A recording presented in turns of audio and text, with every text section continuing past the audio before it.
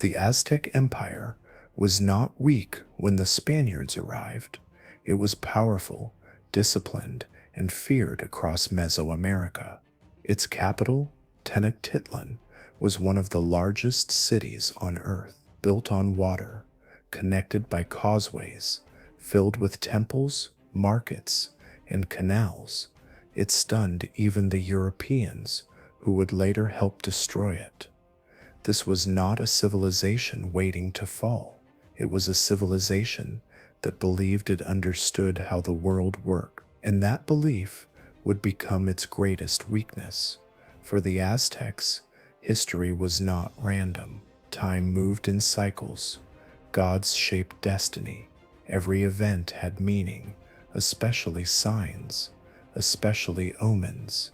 Years before the Spaniards ever set foot on their shores, strange things began to happen. A comet burned across the sky. A temple caught fire without explanation. A woman was heard crying in the night, warning of disaster to come. These were not ignored. They were feared. Emperor Moctezuma II knew the prophecies. He knew the legends of Quetzalcoatl, the feathered serpent god who had once ruled and promised to return from the east. And when reports arrived of floating mountains on the sea, carrying pale men with shining armor, something inside the empire hesitated. Hernán Cortés did not arrive as a conqueror at first. He arrived as a question. Who were these men? Why were they here? And why now? Cortés had fewer than 600 soldiers. The Aztec Empire ruled millions. The outcome should have been obvious, but power is not only numbers, it is confidence, and confidence was already cracking. Moctezuma did not destroy the Spaniards when he could have. Instead, he sent gifts: gold, fine cloth, feathers. Each gift meant to impress, but each one only confirmed to the Spaniards that unimaginable wealth lay ahead. More importantly, each gift showed hesitation.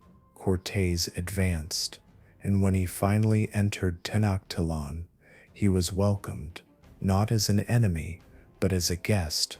Some accounts say Moctezuma believed Cortés might be divine. Others argue it was political caution.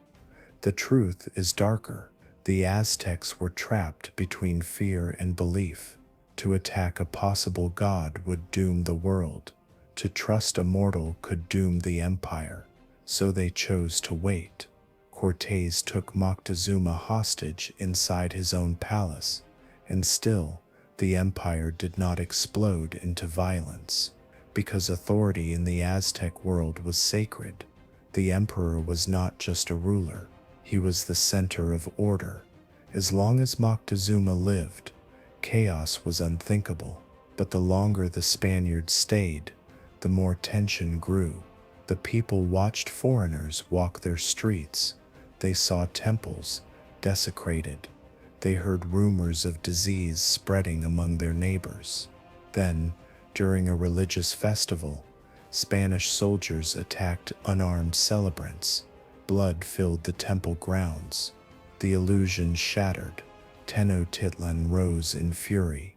Moctezuma was brought to the rooftops, ordered to calm his people. Stones flew, whether by his own people or by Spanish hands. Moctezuma fell, and with him fell the last restraint. Cortés fled the city under cover of night. Many Spaniards died trying to escape across the causeways, weighed down by stolen gold.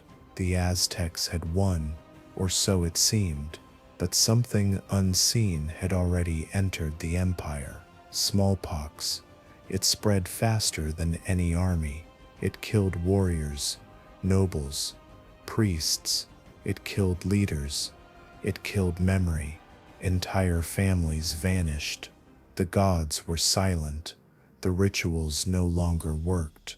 And when Cortés returned, he did not return alone. He returned with tens of thousands of native allies, enemies of the Aztecs who had lived under their dominance for generations.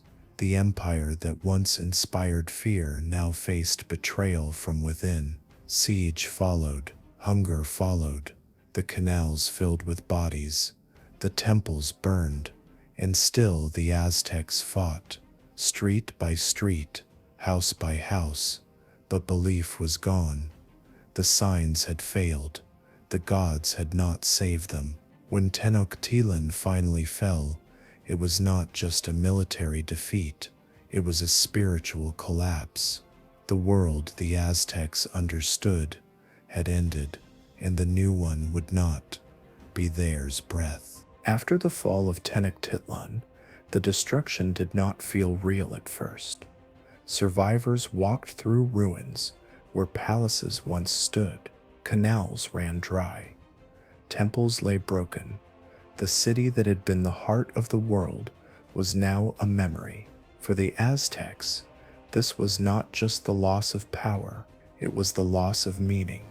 Their empire had been built on balance, on sacrifice maintaining cosmic order, on the belief that the gods needed humans as much as humans needed the gods. And suddenly, nothing made sense. The Spaniards did not just conquer land, they rewrote reality. They destroyed idols. They banned rituals. They replaced temples with churches. To the Aztecs, this was not conversion. It was erasure.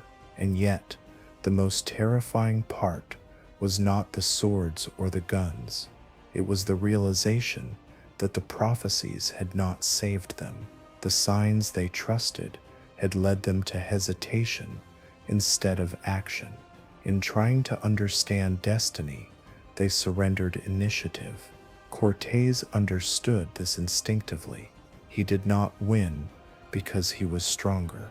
He won because he exploited uncertainty. He learned quickly who feared the Aztecs, who hated them, who waited for revenge.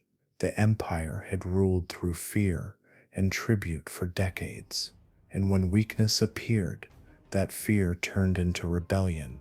Allies poured in. Old grudges resurfaced. The Aztecs were surrounded by enemies they had created themselves. But even in defeat, resistance did not vanish overnight. Guerrilla warfare continued. Cities resisted. Leaders rose and fell. Yet the structure was gone.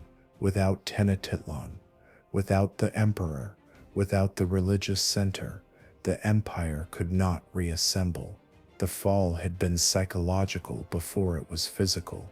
The moment Moctezuma hesitated, the moment the gods did not intervene, the empire's fate was sealed. History often pretends that empires fall in single moments. In reality, they fall when belief collapses, when people stop trusting the system that holds everything together. For the Aztecs, that system was sacred time and divine order. When it failed, nothing replaced it fast enough.